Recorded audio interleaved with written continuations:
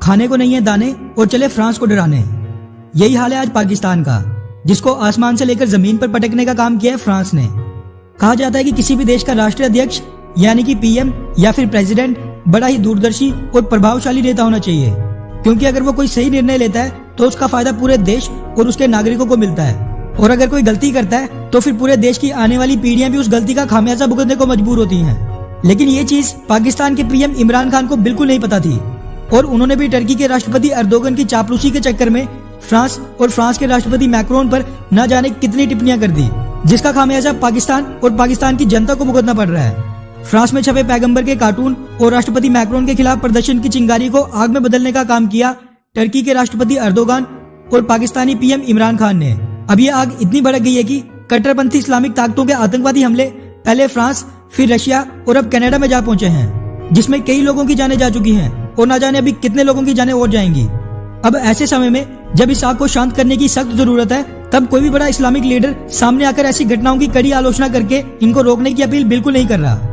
Turkey पर कड़ी कार्रवाई करते हुए फ्रांस ने पहले ही वहां से अपने राजदूत को वापस बुला लिया था, और अब यूरोपियन यूनियन की मदद से टर्की पर कड़े प्रतिबंध लगाने की भी तैयारी की जा रही है। लेकिन फ्रांस इस बार बख्शने के बिल्कुल मूड में नहीं है और उसने पाकिस्तान पर भी बड़ी कार्रवाई कर दी है।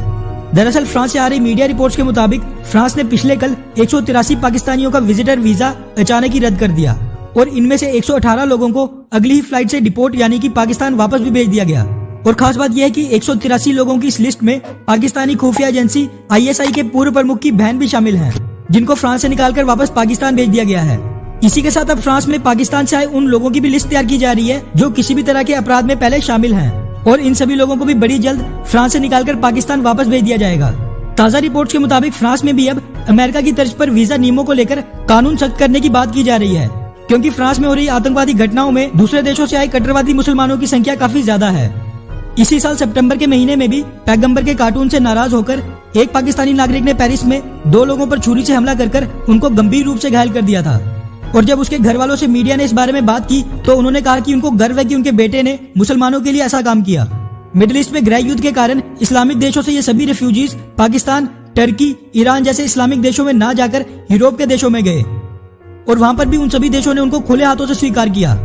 लेकिन अब यही इस्लामिक धार्मिक कट्टरपंथी लोग वहां के कानूनों का सम्मान बिल्कुल नहीं कर रहे और अभिव्यक्ति की आजादी पर सवाल उठा रहे हैं, और वहां पर अपने लिए शरिया कानून की मांग कर रहे हैं। जो पाकिस्तान आज एक कार्टून पर फ्रांस का इतना विरोध कर रहा है, वही पाकिस्तान चाइना का सबसे बड़ा स्ट्रेटेजिक पार्टनर है।